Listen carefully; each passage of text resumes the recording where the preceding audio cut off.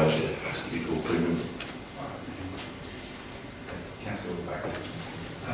So I'll be up front. I'm deeply uncomfortable with this direction. I think this is, when I first heard, I still remember the meeting when the Labour group was first told about EasyCouncil and Cllrs airline and charges in order to bid a higher quality service or speedier service. And I find this very much goes against what I see as our public duty.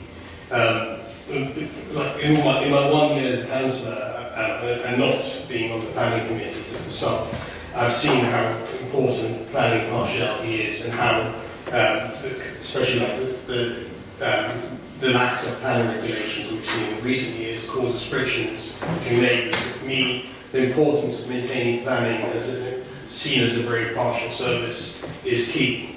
And I worry this kind of, whether it's called premium, whether it's called fast track, it is in essence a better service for those willing to pay the additional fee.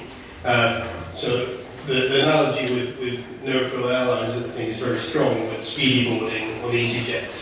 So the idea is you pay extra and then you get faster service.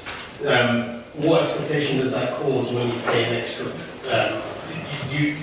Will the officers deal with it in the same rigour that they deal with any other planning case? Is there no way they'll have any bias towards a case that is paid for? And in terms of the guarantees you made that it won't affect the non-premium service, how do we know that it won't affect the time of officers currently working on current planning cases? Will they be segregated? Will there be a Chinese wall within the service? And what about future cuts that may come down the line under this government, future government spending? What happens if money has to be cut from the service? How do we ensure that the core service is protected and it isn't just the premium service that is protected? Councillor Orbeck, just before Mr Henry replies to you, I think you said lax up planning. Perhaps you meant relaxed permitted development regulations rather than yes. In particular, things that used to restrict planning, like loss of flights. Yes. Thank you for your clarification on my language. Not loss of light in Barnet, but permitted development, and I suspect we might all share the same views here about it. Anyway, Mr Henry. Yes, thank you, Chairman. In terms of, I think the main concern is about the outcome and quality of the planning decision. That won't be impacted whatsoever. As I say, people were talking about the speed of decision making. That's what's being changed, which we're looking to actually promote. So we're actually speedier. The outcome certainly won't be changed. The quality will still be there. Talk about maybe the Chinese walls you mentioned. The decision maker is actually not part of the enhanced planning process. The decision maker is separate from that. It's the officer who will be ensuring that the speed of the recommendation and ultimately the final report is then given to the decision maker, which is still somebody who works for the council, because we have joint employment contracts for those who actually make decisions on behalf of the council. So in that sense, I can give you reassurance that the quality aspect will not change whatsoever in terms of the outcome. Mr Henry, I think there was a slip of the tongue there, because the power to make these decisions is delegated from full council to the planning committees and to the officers. The ultimate decision making is always in the hand of the elected representatives. Yeah, thank you, Chairman. You're right. The power to make decisions will be delegated to officers in probably about 95% of decisions. Thank you. Yeah, actually, there's a question around that. Actually, because Orbeck has hit on this, the perception and confidence in the system is very important. And I think the reason why I actually agree with former Councillor Brian Coleman in this is actually a quasi-judicial function outsourced to a private company ultimately is going to be more, the public are going to be more suspicious of it, whether rightly or wrongly. They are just going to be more suspicious, and former Councillor Coleman can see that.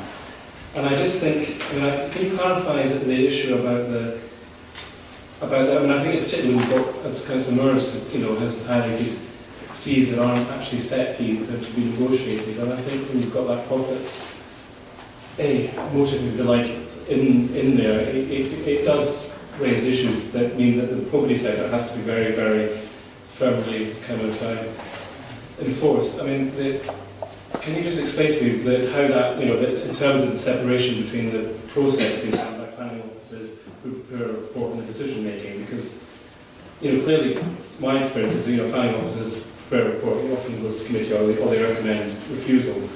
Are you saying that someone else is going to be making that recommendation based on a report that's actually prepared by someone who has been employed as part of the expedited process, if that makes sense? So where does the separation happen in the decision maker, who is the planning officer in 95% of cases, and the service for which people are paying a premium?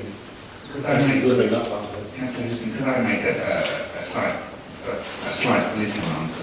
It is actually the planning committees that make the decision, and those decisions which are likely, developers are likely to pay a premium service, are those decisions that are most likely to end up in committee. I take your point about the recommendation, but of course there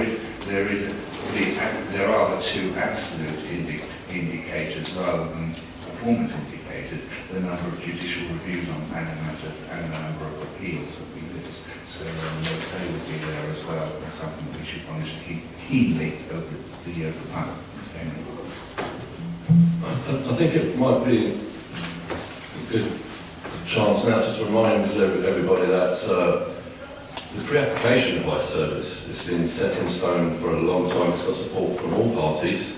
It's a process where planners will give advice to developers' agents on what they think is acceptable, and that is a process which is considered acceptable. What happens through the decision-making process is officers will make a recommendation. If the number of objections is 5 or more, then the decision has to be made by committee. Otherwise, in most respects, there are other, like council owned lands, decisions can be made by officers. That hasn't changed. That will continue. There might be tweaks through changes to the constitution. So I don't see why this actually has a risk of changing anything.